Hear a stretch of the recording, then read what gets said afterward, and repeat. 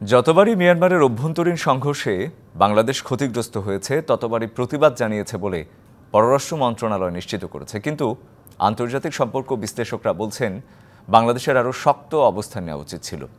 তবে সামাজিক গণমাধ্যমে সেন্ট মার্টিন নিয়ে যেসব প্রতিক্রিয়া দেখা যাচ্ছে তা ভিত্তিহীন বলেই মন্তব্য করেন তারা।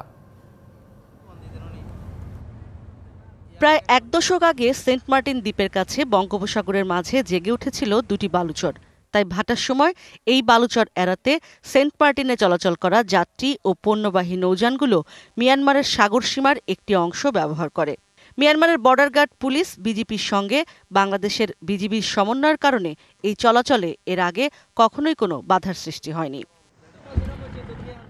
তবে সাম্প্রতিক সময়ে আরাকান আর্মি মিয়ানমারের এই অঞ্চল দখল করে নেওয়ায় মিয়ানমারের ভেতরে তৈরি হয় অরাজকতা। সেই সুযোগে বাংলাদেশের সেন্ট মার্টিনগামী ট্রলার ও নৌযানগুলোকে লক্ষ্য করে আরাকান আর্মি গুলি ছুড়ছে। ফলে বন্ধ রয়েছে বাণিজ্যিক ট্রলার ও স্পিডবোট চলাচল। সেন্ট মার্টিনে বসবাসকারীদের মধ্যে খাদ্য সংকটও তৈরি হয়েছে। বিষয়টি নিয়ে সামাজিক যোগাযোগ মাধ্যমে আলোচনা সমালোচনা চলছে। পররাষ্ট্র মন্ত্রণালয় বলছে, এই ঘটনায় যখনই সমস্যার সৃষ্টি হয়েছে বাংলাদেশ প্রতিবাদ জানিয়েছে। এই মুহূর্তে দেশটির নতুন রাষ্ট্রদূত কার্যভার নেননি, তাই তাকে তলব করা যায়নি।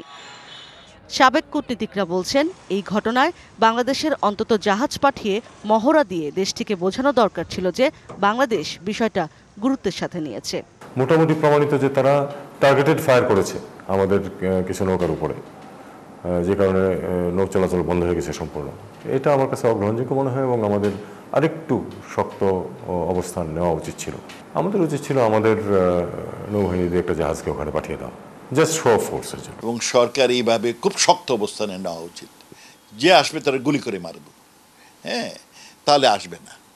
কারণ তারা ইচ্ছা করে এই ইস্যুটাকে আরো জটিল করার চেষ্টা করছে। তবে সামাজিক গণমাধ্যমে যেসব আশঙ্কা করা হচ্ছে তা হাস্যকর বলেও মন্তব্য করেন সাবেক কূটনীতিকরা। সেন্ট মার্টিন আমাদের হাতছাড়া হয়ে গেছে, এটা হলো এটা আশঙ্কা মানুষজন করতেই পারে যখন যে কি ব্যাপার যাওয়া যাচ্ছে না ইত্যাদি ইত্যাদি, কিন্তু সেটা সঠিক না। সেন্ট মার্টিন আমাদেরই আছে। মিয়ানমারের সাথে আনুষ্ঠানিক কূটনীতির বাইরেও বিদ্রোহীদের সাথে যোগাযোগের পরামর্শ এই সাবেক কূটনীতিকদের। ইশরাত জাহান উর্মি, ডিবিসি নিউজ, ঢাকা।